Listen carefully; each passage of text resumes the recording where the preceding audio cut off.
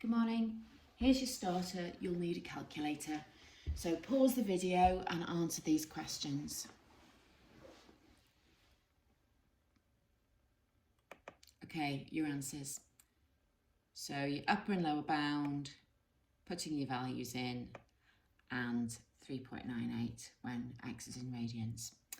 Okay, so today we're going to look at locating roots of a function. And what this means is you're going to attempt to solve an equation, but you don't know how to solve it. It's an equation where you can't get an exact answer. By an exact answer, I mean something like x equals 3, x equals the log of 7, x equals root 5. These are exact answers. Sometimes the best that we're going to be able to do in A-level maths is to say that the answer lies between two particular values.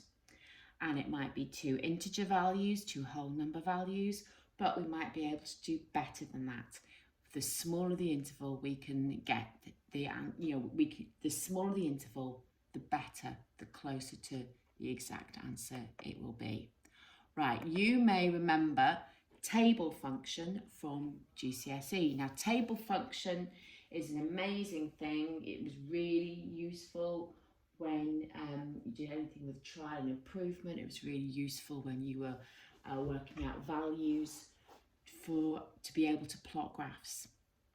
It's really useful here. So you've also got table function on your graphical calculators, and all you'll do is you press menu and you'll see that there is an option in your menu for table, and it's number 7. So first example, the equation x cubed minus 4x minus 2.18 equals 0. That is a bit of a weird value, but when I made this question up, it's what it needed to be for me to show you.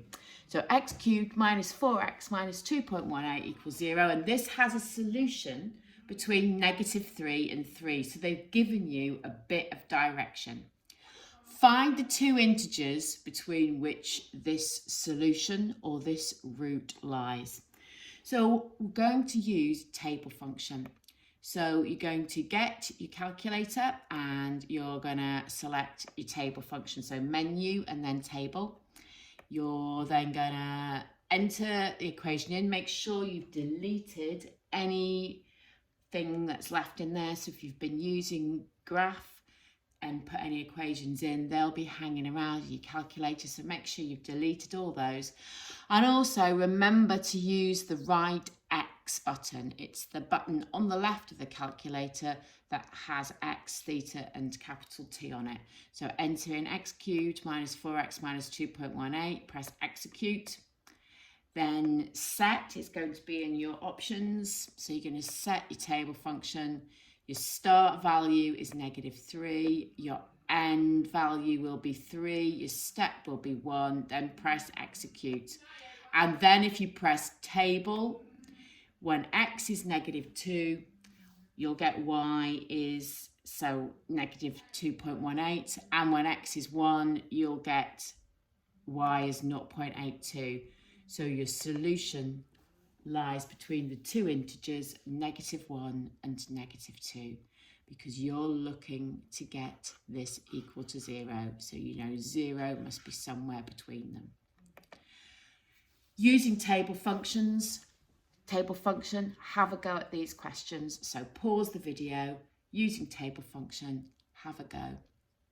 You can see that in trigonometry, and it's often the case in A-level maths, which is why we did it first, your x values, whenever you use angles, it tends to be radians. We'll assume radians unless we're told otherwise.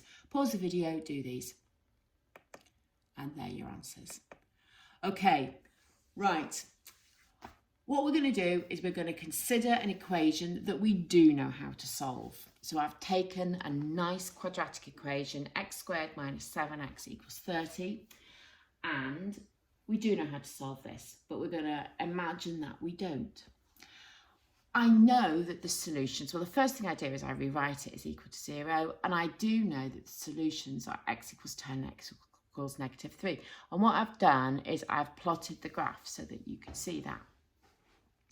But imagine that we didn't know those solutions, or that it was such a hard equation that we couldn't just get it like this. We couldn't get those exact results. We could draw a graph, but we couldn't get them exactly. We are going to show that there is a solution between x equals 9 and x equals 11. There, obviously, our solution, 10. But to show that there's a solution between 9 and 11, this is what we do. So I've taken the little bit of the graph for you. So if you put x equals 9 in, you can see you get the value out, negative 12. If you put x equals 11 in to the equation, you get the value out, 14. Now, I'm trying to solve the equation that x squared minus 7x minus 30 equals 0. And from this work, we can see that by putting 9 in, you get a negative answer. By putting 11 in, you get a positive answer. So we will say that you would get somewhere between these two values. If you put it in, you will actually get the equals 0 that you want. So this is what we say. Because there's a sign change, we know that the solution f of x equals 0 must lie between 9 and 11. We'll do the same with the negative solution.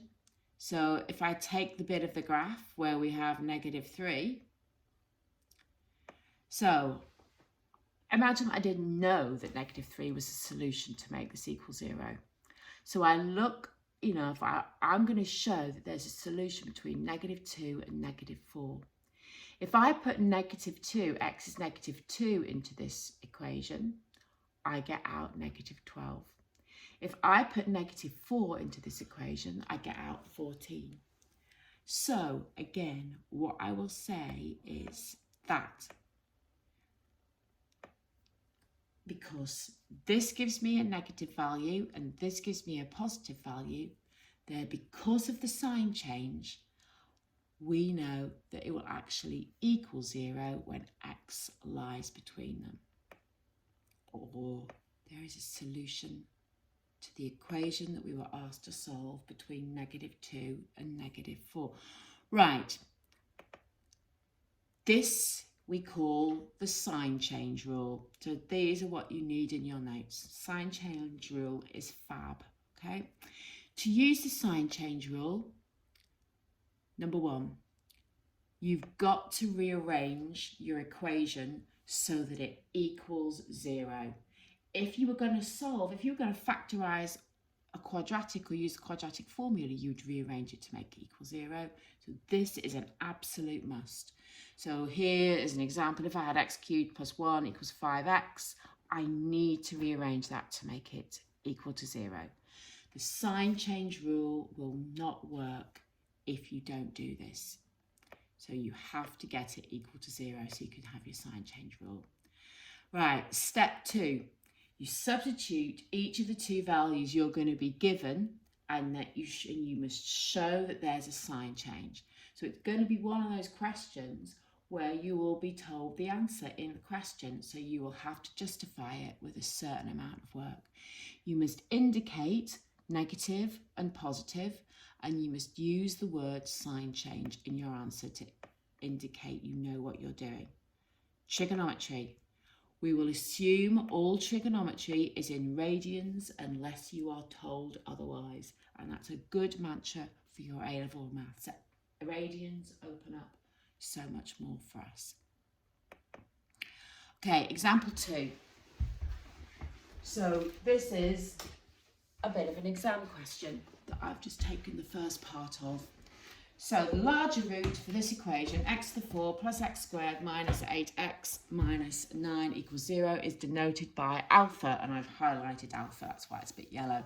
Show by calculation that this root alpha, or solution alpha, lies between 2.1 and 2.2. Right, have a quick look at the equation. Well, this is quite useful because it's already written in the form that you want. Okay, it's already written equal to 0, so you don't need to rearrange it.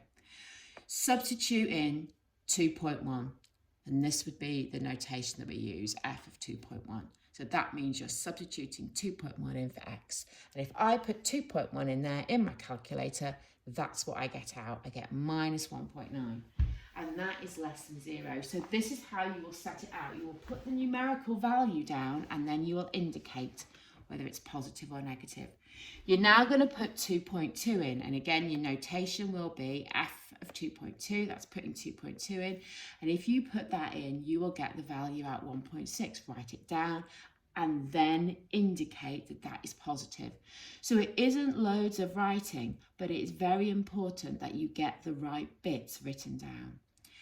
You can see that there has been a sign change, so you will then indicate that f of 2.1 is less than 0, and f of 2.2 is greater than 0.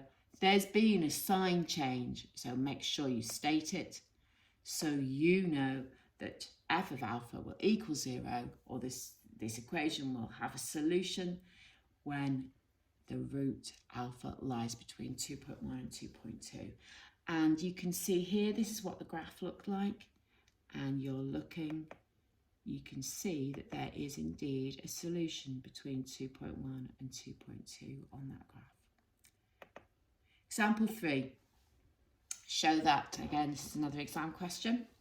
Show that the natural log of x equals 8 minus 2x squared. That has a root between 1 and 2. Now, this is not written in the form that you can use the sign change rule with, so you have got to rearrange it to get it equal to 0. Doesn't matter which way you do it. I've chosen to bring everything over to the left. You could have taken that ln x off the other side and rearranged it that way. It's all going to come out with the same sign change. So this is the way that I've chosen to rearrange it. So I've rearranged that as f of ln x plus 2x squared minus 8 equals 0. And that's then what I've drawn. And you can see that there is clearly a root between 1 and 2, much closer to 2. And now all I'm going to do is I'm going to substitute in 1 and 2 into this equation here. So find f of 1, obviously putting 1 in, find f of 2. And again, I've written down the values and indicated whether they're positive or negative. I will now do the sign change bit. There is a sign change, so the function must equal 0 when x lies between those two values.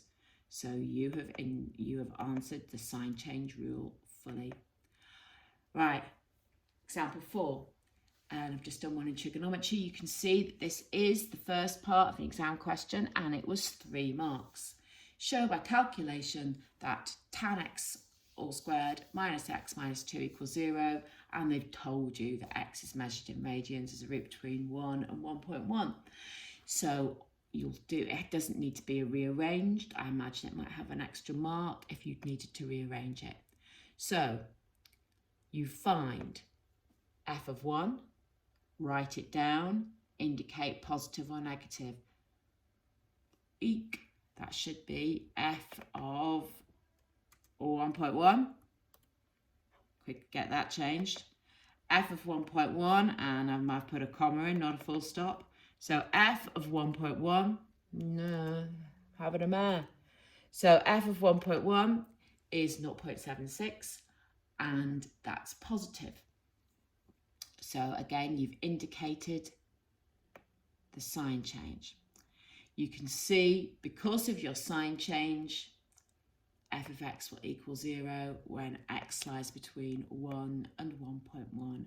And there you have the graph to show that that's true. So, just bring that back. Right. Pause the video.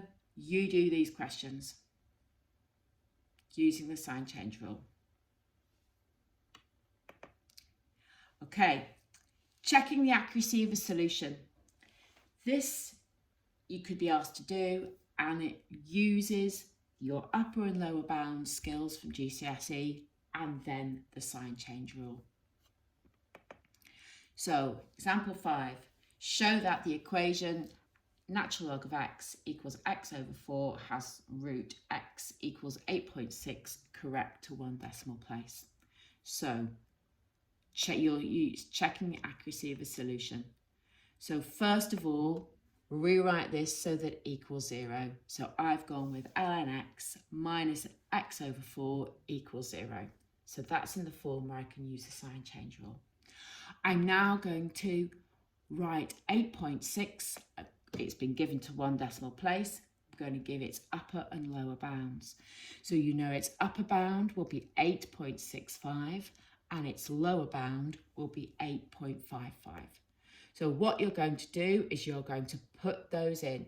So 8.55 goes in, get the numerical value, show its sign, so that's positive. Put 8.65 in, get its numerical value, it's negative. So you have a sign change. So because there is a sign change between the upper and lower bound of 8.6 at this level of accuracy, to 1 decimal place, the solution must be 8.6, because that's your definition of your upper and lower bounds. Okay, so you've got 2 questions here, question 4 and question 5. So pause the video and have a go at those 2 questions. Right, can it fail? So can the sign change method fail? So this little chunk here is taken from your textbook, and your textbook talks about a sufficiently well-behaved function, that we only can really use the sign change rule if your function is well behaved. Now, what does that mean? In a lot of situations, it means a continuous function. So let's have a little look at some examples of when it's not well behaved.